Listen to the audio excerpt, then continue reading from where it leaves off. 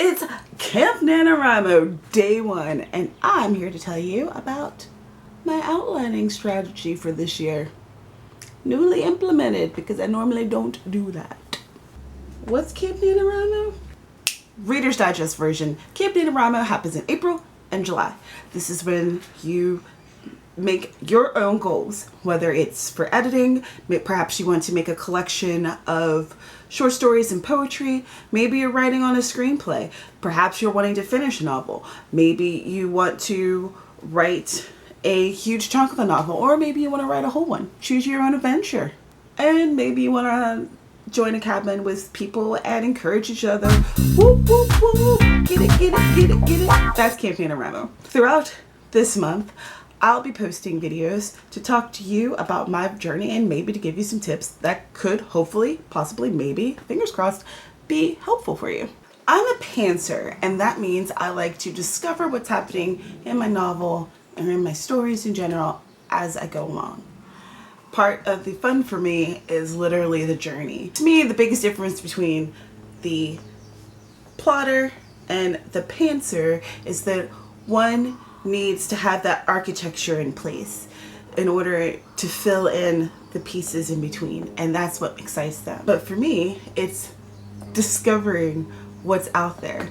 It's more like I'm in a writing jungle and I'm clearing out paths to get from point A to B. However, with doing the editing for Blood Roses and Honeysuckles, I realized that I wanted to have a tiny framework. It's a little baby framework to work within. So that's why I decided to do an outline. I feel as though people who are true outline folks will look at my outline and be like, but that's like not even 2 pages. Are you really? That's what you're bringing to the table? I wanted to make a framework for Tales of Super Slut, or TSS as I'll be referring to this book. I started this new framework for it last fall in NaNoWriMo, but I want to start over with it. The first thing I did was write down my main character's name, her physical traits, and her personality traits. I didn't concentrate on any of the supporting characters because I just wanted to concentrate on her. That's who the story is mainly about, and that's who these main plot points will be about. And I asked myself 2 questions. What is your story about? And where is your story going? So that I could try to kind of measure out what was happening here. I wrote a 2 or 3 paragraph summary of what the novel is about and some of the things that I plan to happen during the novel. This wouldn't be for anyone else, it's just for me. Kind of a little bit of a discovery process here and remembering what I'd written before and what I liked and trying to keep away from the stuff that I didn't like. Because when I was writing in November, it took a turn. It wasn't a good one. I didn't like what was happening. It was all of a sudden we were venturing into a ghost story. No, this isn't where. I used the 7 plot point structure. This one is fairly common with screenwriters. It's kind of like I'm putting in little dots on a map, like rest areas, so I can get from here to here, from beginning to end, or from the beginning of my journey to my destination. The first thing on the list is the hook. What draws your readers in? That would happen pretty much at the beginning, as close to the beginning, as close to that first line as possible. Next is your first major plot point.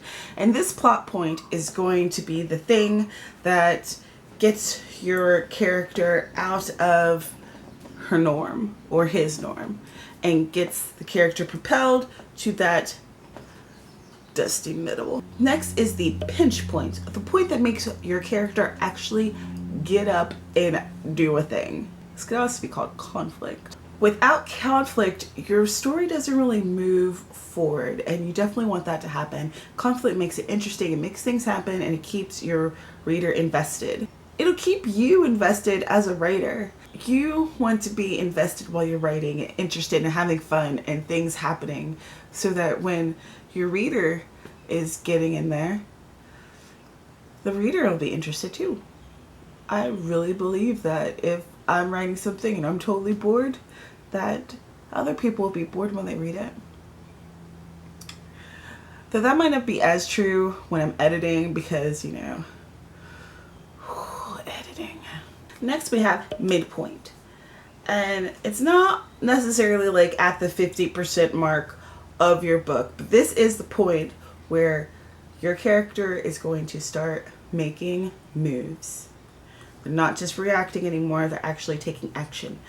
But you know, the action doesn't have to be positive. You can have characters who make bad decisions and have darker motivations, and these different points would still work for them too. So keep that in mind. When I was reading different posts and things on the internet that were talking about the 7-point plot structure, a lot of it felt as though it was geared toward like a hero's journey, or like, you know, someone who was going to be saving the day. But that doesn't necessarily have to be what your story's about. You know, you could adapt it to fit your own framework. Make it your own. Pinch 2 is when you really put the pressure on. Stuff's getting really real. It's serious. Your character has to react, and they are very deep into that plot. And something usually major happens here. There could be a loss of some sort, or a discovery of something horrible has happened. Plot turn 2 is where your character kind of figures out the thing. Whether it's they figure out the puzzle that they're trying to put together, they realize that they are truly in love and that they need to have that person in their life, or whatever. But this is where you're setting up for the resolution. You've gone from your beginning to your resolution, and the resolution is where things are wrapping up. Consequences are happening. The hero's is winning. The lovers are loving, or what have you. These are the 7 steps that I put into my outline so that I would have a better idea of where this thing's going and how I want to get there. You all have read books before, and you know that there's usually more than just a main plot that happens. There's like little things that are going on that are subplots that keep it interesting and make it more fun to read and to write. So these are just, this 7-point structure really just gives you that basic framework to work with. And it's not to say that I won't change it. If my discovery processes discovers some better resolution, then I'm gonna go with it. Another interesting thing about this 7-point plot structure, my dear discovery writers, you can use this after you've done that first crazy rough draft that you're looking down at it and you're like, happen here, and are we going to make this into something that makes sense? You could use that plot structure to kind of help you after you've written the rough draft to kind of chip away at things and to see what are these main points, what is the main conflict, what is that inciting incident that's going to get people interested, and that'll help you in your editing process. I hope this helped you. Happy Camp NaNoWriMo, you guys. I am so freaking excited. If you'd like to learn some more information about outlining, maybe some different tips, tricks, look down in my description box. I've listed a few resources from other people from Write Stuff who have talked about outlining that could help you out. What's Write Stuff? The Reader's Digest version, again, Write Stuff, is a tweet chat that happens every Tuesday at 9 p.m. Eastern Standard Time. But if you want to hear a bit more, Amy made this kick-ass video, and I'm going to link it up here and in the description, where she lays it all out for you. Speaking of Amy, we did a Write Stuff Google Hangout just this past week, and I'll link that as well. And you should check it out because We talk about our writing process in Camp NaNoWriMo and our writing goals for this year and how they're working out. And we had a lot of fun. Definitely check that out. I have to get into this novel. I'm excited. It's the beginning of the month. It's a brand new day.